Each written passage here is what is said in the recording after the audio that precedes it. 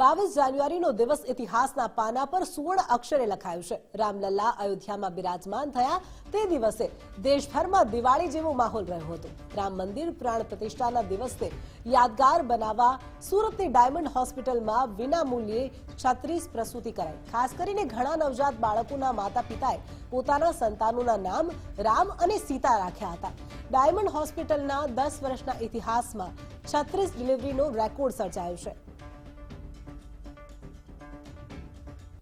22 તારીખે અયોધ્યાની અંદર હિન્દુઓના હૃદય સમ્રાટ અને પૂજનીય શ્રી રામ ભગવાનને એમના જન્મસ્થળી ઉપર પ્રાણ પ્રતિષ્ઠાનો કાર્યક્રમ કરી એમની મૂર્તિનું સ્થાપન કરવામાં આવ્યું।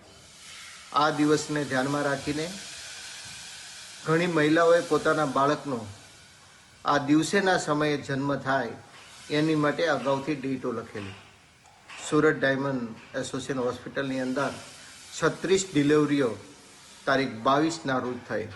એમાંથી 20 દીકરાઓ અને 16 દીકરીઓનો જન્મ થયો। ખાસ તો ઘણા લોકોએ એમાંથી રામ અને સીતાના નામો પણ રાખ્યા।